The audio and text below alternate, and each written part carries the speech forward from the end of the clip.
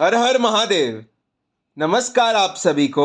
मैं हार्दिक आप सभी का स्वागत करता हूँ हमारे इस YouTube चैनल पर जिसका नाम है धर्मोरक्षणा। अनंत काल से सनातन धर्म अपने इतिहास और उसकी विशेषताओं के लिए जग प्रसिद्ध है।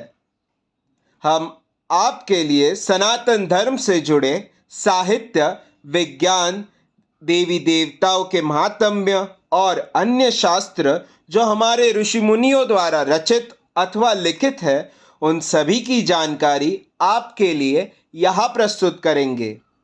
इस कलयुग में हर एक तक हमारे प्राचीन ग्रंथ, वेद, पुराण, उपनिषद और अन्य साहित्यों के विषय में रोचक जानकारी हम आपके लिए यहाँ प्रस्तुत करेंगे। आशा करते हैं हमें आपका सकारात्मक प्रतिसाद मिलता रहेगा। हर हर महादेव। रुद्र संहिता द्वितीय खंड, पहला अध्याय, सती चरित्र। नारद जी ने पूछा, हे ब्रह्मा जी, आपके श्रीमुख से मंगलकारी व अमृतमय शिव कथा सुनकर मुझ में उनके विषय में और अधिक जानने की लालसा उत्पन्न हो गई है। अतः भगवान शिव के बारे में मुझे बताइए। विश्व की सृष्टि करने वाले हे ब्रह्मा जी, मैं सती के विषय में भी जानना चाहता हूँ। सदाशिव योगी होते हुए एक स्त्री के साथ विवाह करके गृहस्थ कैसे हो गए? उन्हें विवाह करने का विचार कैसे आया? जो पहले दक्ष की कन्या थी, फिर हिमालय की कन्या हुई, वे सती पार्वती किस प्रकार शंकर जी को प्राप्त हुई? पार्वती ने किस प्रकार घोर तपस्या की और कैसे उनका विवाह हुआ?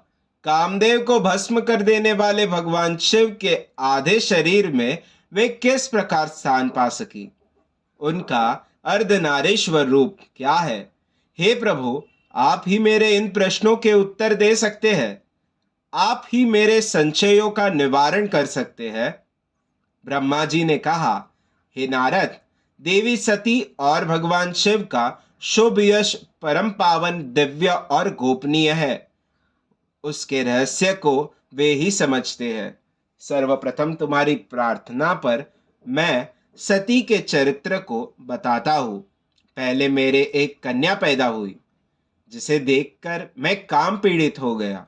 तब रुद्र ने धर्म का स्मरण कराते हुए मुझे बहुत धिक्कारा।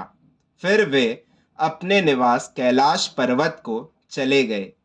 उन्हें मैंने समझाने की कोशिश की, परंतु मेरे सभी प्रयत्न निष्फल हो गए। तब मैंने शिवजी की आराधना की।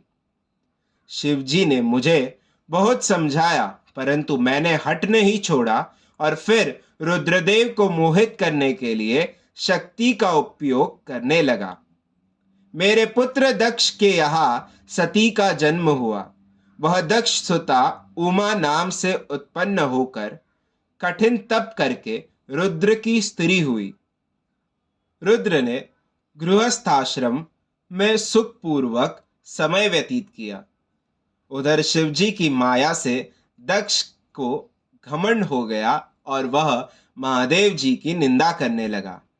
दक्ष ने एक विशाल यज्ञ का आयोजन किया।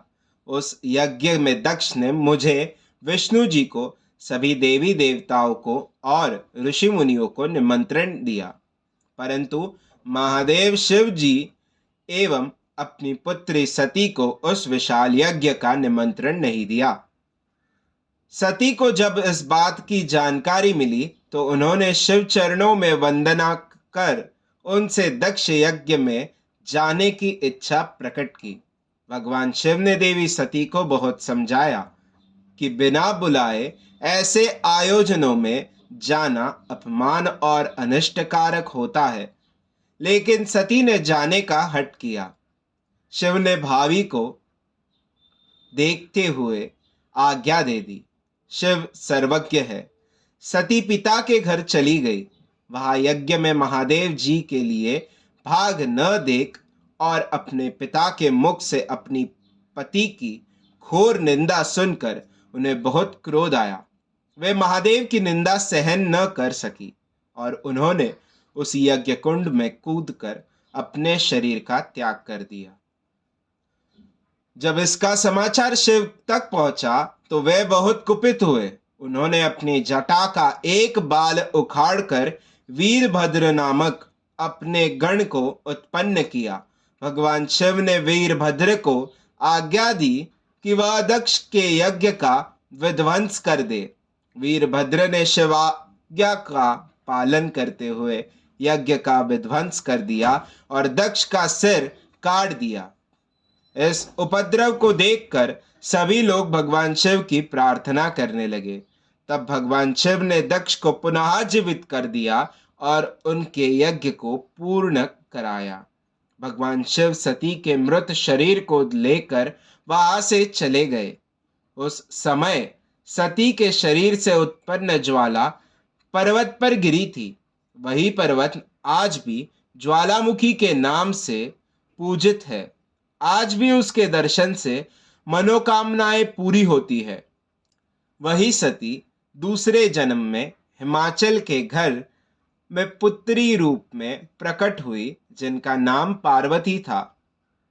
उन्होंने कठोर तप द्वारा पुनः महादेव शिव को अपने पति के रूप में प्राप्त कर लिया।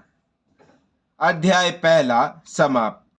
हमारे कार्य की सराहना करते हुए हमारे इस YouTube चैनल को सब्सक्राइब करें, शेयर करें और लाइक करें।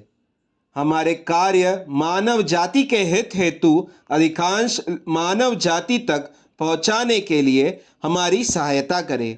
भविष्य में हमारे सनातन धर्म के विषय में जानकारी प्राप्त करने हेतु हमारे साथ यहाँ बने रहिए हमारे इस YouTube चैनल पर, जिसका नाम है धर्मो रक्षणा।